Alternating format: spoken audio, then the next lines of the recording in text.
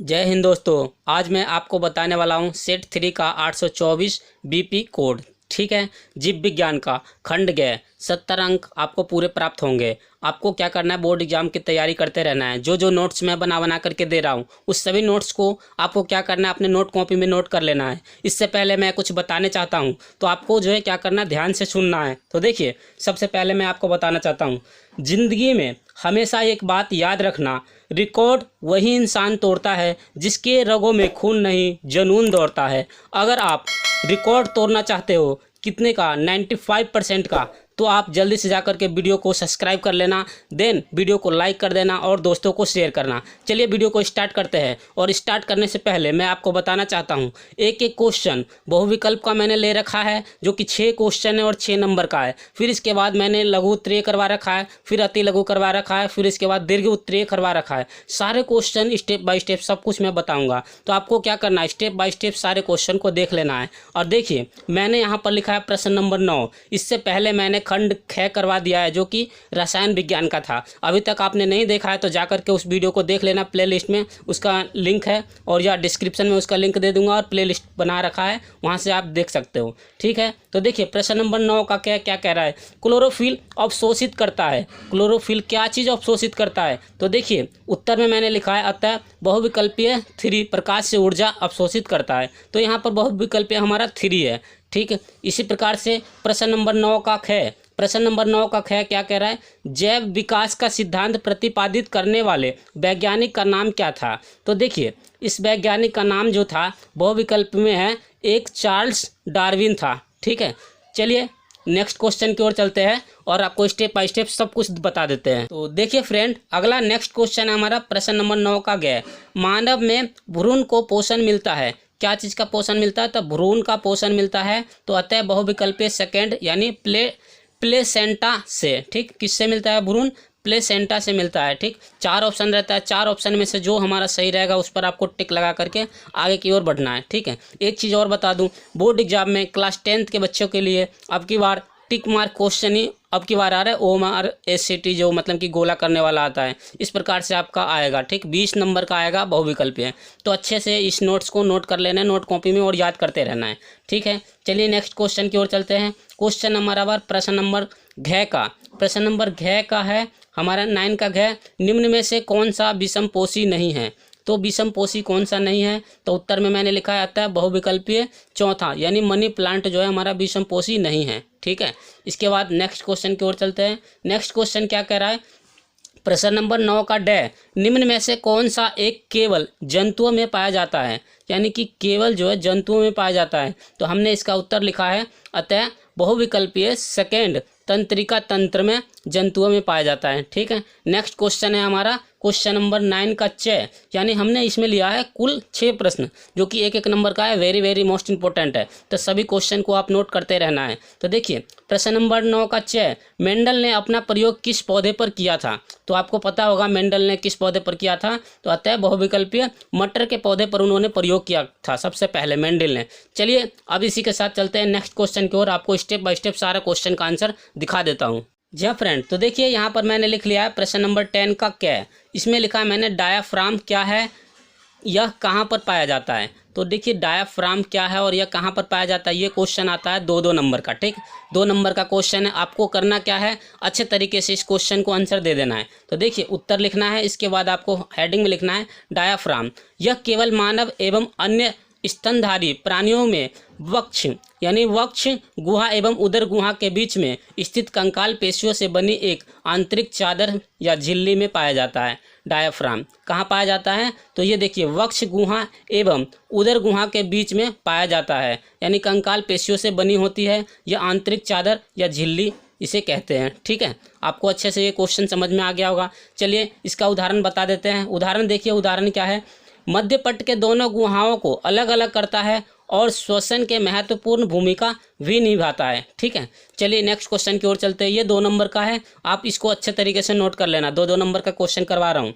अब देखिए question number हमारा प्रश्न नंबर 10 का ख, प्रश्न नंबर 10 का ख क्या कह रहा है, ध्यान से देखिएगा, आपको सब कुछ समझ में आ जाएगा।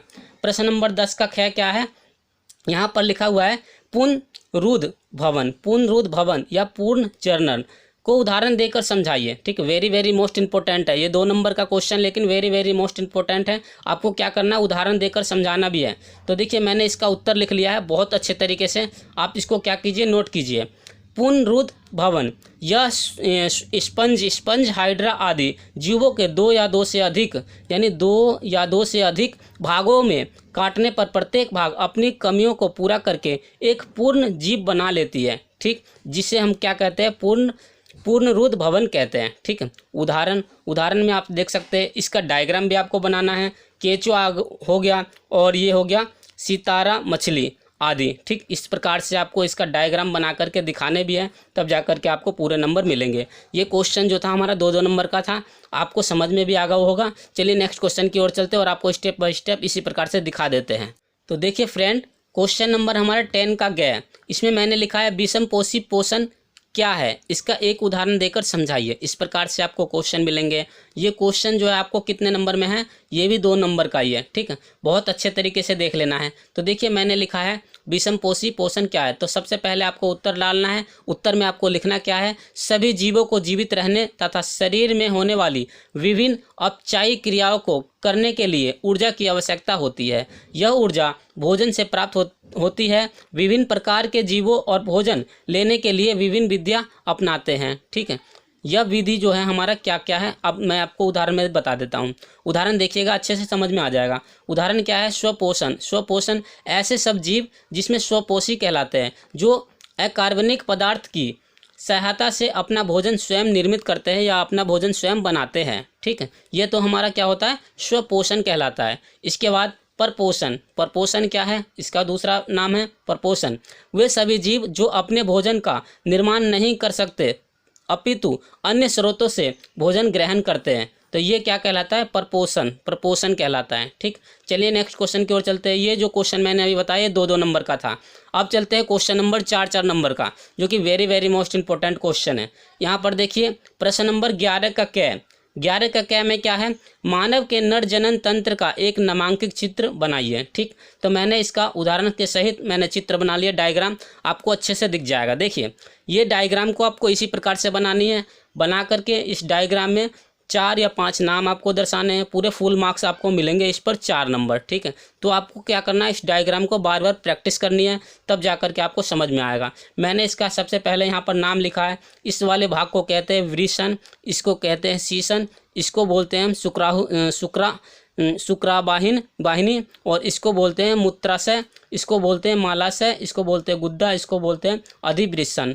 ठीक, आपको अच्छे से समझ में आ गया होगा, और इसको नोट कर लेना है अपने नोट कॉपी में, और डायग्राम को बार बार प्रैक्टिस करना है, क्योंकि अब की बार 2023 में ये क्वेश्चन पक्का मिलेंगे। और ये 101% गारंटी दे रहा हूँ, जितने भी क्वेश्चन करवाऊँ सारे क्वेश्चन आपको टपक से टपकने वाली प्रश्न है। चलिए नेक्स्ट क्वेश्चन की ओर चलते हैं और आपको स्टेप बाय स्टेप इसी प्रकार से दिखा देते हैं। तो देखिए फ्रेंड, हमारा नेक्स्ट क्वेश्चन है 11 का क्या है, अथवा वाले प्रश्न है। आपको अच्छे से समझ लेना, या तो जो मैंने अभी पहले करवाया था उसे कर लेना, या इसको कर लेना। मैंने दोनों क्वेश्चन को अच्छे तरीके से करवा दिया है।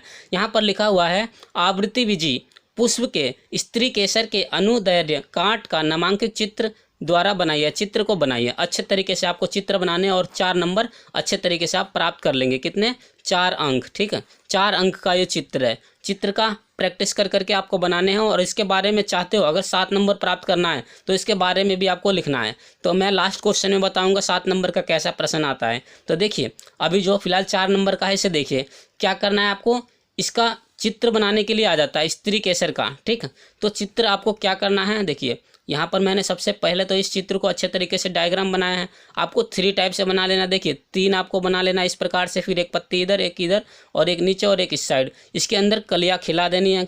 ठीक है, इसके बाद आपको नाम दे देना है। नाम कैसे कैसे देना है, तो देखिए सबसे पहले तो इसका नाम देना पुष्प की संरचना, यानी पुष्प माने फूल की संरचना आपको अच्छे तरीके से लिख लेना है। फिर इसको फूल की तरफ बना देना है अच्छे तरीके से, ये फूल ही है। इसके बाद देखिए इसका नाम देना है, तो यहाँ पर इसका नाम है अंडाशय, और इसका नाम है हमारा अंडाणु। इसका नाम, इस वाले पत्ती का नाम क्या है हमारा, ब्राह्यदल, यानी बाहर की ओर है।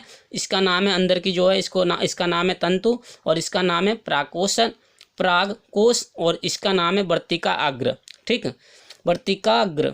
ठीक, ये आपको समझ में आ गया होगा। 4 नंबर का क्वेश्चन है, very very most important question है। तो आपको इसको क्या करना है, नोट कॉपी में सभी चीज़ को नोट करते रहना है, क्योंकि very very most important question मैं बता रहा हूँ, सारे क्वेश्चन। ठीक है, चलिए नेक्स्ट क्वेश्चन की ओर चलते हैं और आपको इसी प्रकार से दिखा देते हैं। देखिए नेक्स्ट क्वेश्चन क्या कह रहा है हमारा, नेक्स्ट क्वेश्चन है 11 का ख, किन्हीं 2 पर संक्षिप्त टिप्पणी लिखिए। ठीक, 2 पर संक्षिप्त टिप्पणी लिखना है। तो यहाँ पर मैं बहुत अच्छे तरीके से लिख लिया हूँ। देखिए पहला क्वेश्चन क्या कह रहा है, यहाँ पर कह रहा है ब्रिक का कानू या नेफ्रॉन सौर ऊर्जा प्राकृतिक संसाधन। तो 3 चीज़ पूछ रहा है, लेकिन यहाँ पर कह रहा है 2 ही लिखने के लिए। मैंने जो है इसका तीनों आंसर कर दिया है। ठीक, और अथवा में इन दोनों में से कोई और एक करना है। तो देखिए अथवा में मैंने दोनों को कर लिया है, अच्छे तरीके से मैं बताऊंगा इसका आंसर भी। तो देखिए पहला इसमें कह रहा है, यहाँ भी फिर से दोबारा ये क्वेश्चन आ जाता है, निम्नलिखित पर संक्षिप्त टिप्पणी लिखिए, लेकिन 2 का कह रहा है इसमें भी। ठीक है, मैंने 3 लिख लिया है। तो वायवीय श्वसन, मानव हृदय में रुधिर प्रवाह और वन प्रबंधन, ये दोनों क्वेश्चन में से एक क्वेश्चन आपको बढ़िया तरीके से समझ करके कर लेनी है। चलिए मैं इसका उत्तर बता देता हूँ अच्छे से स्पष्टपूर्वक, और आपको सब कुछ समझा देता हूँ। तो देखिए फ्रेंड, प्रश्न नंबर 11 का ख का उत्तर है, जो कि हमने अच्छे तरीके से लिख लिया है। पहला इसका जो है हमें टिप्पणी लिखने के लिए दिया था, यह है हमारा ब्रिकाणु या नेफ्रॉन। ठीक, इस प्रकार से आपको लिख देना है। इसके बाद आपको इसके बारे में लिखना है। आपको लिखना क्या है, यह प्रत्येक ब्रिकाणु रुधिर को छानता है तथा मूत्र का निर्माण करता है। ठीक है, इस प्रकार से आपको लिखना है। पहला है इसका एक बोमैन और संपुट और ग्लोमेरल्स के साथ। ठीक, दूसरा है एक लंबी नालिका। ये आपको अच्छे तरीके से नोट करके याद कर लेनी है। ये क्वेश्चन कितने नंबर का है, तो 4 नंबर का क्वेश्चन है। अच्छे तरीके से आपको इसको रीड करना है। सॉरी, 7 नंबर का ये 7 नंबर का क्वेश्चन है। 4 नंबर का पहले मैंने करवा दिया है। ठीक, इसके बाद देखिए अगला है हमारा दूसरा हेडिंग, सौर ऊर्जा किसे कहते हैं। तो सौर ऊर्जा का एक विशाल स्रोत होता है, यानी स्रोत होता है। इसमें ऊर्जा का विकिरण सभी दिशाओं में होता रहता है, वह सौर ऊर्जा कहलाता है। ठीक, अच्छे तरीके से समझ में आ गया। वह सौर ऊर्जा का एक विशाल स्रोत होता है या स्रोत होता है, इसमें ऊर्जा का विकिरण सभी दिशाओं में होता रहता है, वह सौर ऊर्जा कहलाता है। ठीक, आपको समझ में आ गया होगा। इसके बाद इसका लाभ क्या क्या है, तो इसका 2 लाभ मैंने लिखा है। वायु प्रदूषण नहीं होता है, अगर हमारा सौर ऊर्जा में विशाल स्रोत करता है तो वायु प्रदूषण नहीं होगा, या वायु प्रदूषण बिल्कुल भी नहीं होने का। ठीक, इसके बाद देखिए नेक्स्ट क्वेश्चन हमारा, नेक्स्ट है हमारा लाभ इसका सेकंड, सौर ऊर्जा का भंडारण निर्मित नहीं होता है। ठीक, ये दोनों कुछ समझ में आ गया होगा। इसमें दोनों में से बोला 3 मैंने लिखा, लेकिन 2 ही बोला था इसने करने के लिए, लेकिन मैंने तीनों कर लिया है। तो आपको क्या करना है, तीनों के तीनों अच्छे तरीके से रीड कर लेना और याद कर लेना है, और नोट कॉपी में नोट कर लेना है। तो लास्ट का है हमारा ये क्या है, प्राकृतिक संसाधन। प्राकृतिक संसाधन में मैंने लिखा है भूमि संरक्षण, भूमि की उर्वरा शक्ति को बढ़ाएं या बनाए रखना तथा मृदा अपवर्तन रखना। ठीक, या रोकना, मृदा अपवर्तन रोकना। ठीक, इस प्रकार का क्वेश्चन है, और इसी प्रकार से आपको आंसर लिखना है। तो पहला आपका समझ में आ गया आप लोगों को। इसके बाद सेकंड क्या है, भूमि संरक्षण। भूमि संरक्षण का क्या है, भूमि की उर्वरा शक्ति को बनाए रखना, मृदा अपवर्तन रोकना। ठीक, ये भी वही है। इसके बाद देखिए तीसरा हमारा क्या है, जल संरक्षण, वृक्षारोपण तथा जंगलों को सुरक्षित रखना आवश्यक है। ठीक, इसके बाद हमारा लास्ट का क्या है, चौथा वन संरक्षण, वनों को रख रखाव वन संरक्षण कहलाता है।